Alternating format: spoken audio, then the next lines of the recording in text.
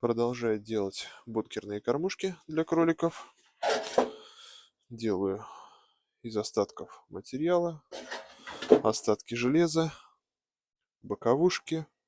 Делаю для себя, для своих кроликов, не на продажу.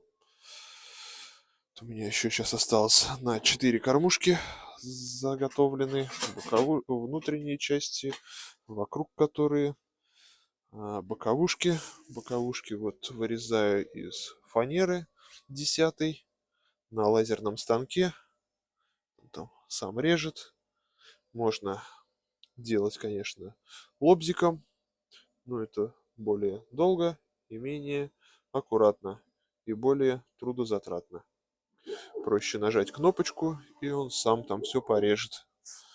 Вот сейчас пока жду, решил записать небольшое видео. Всем пока!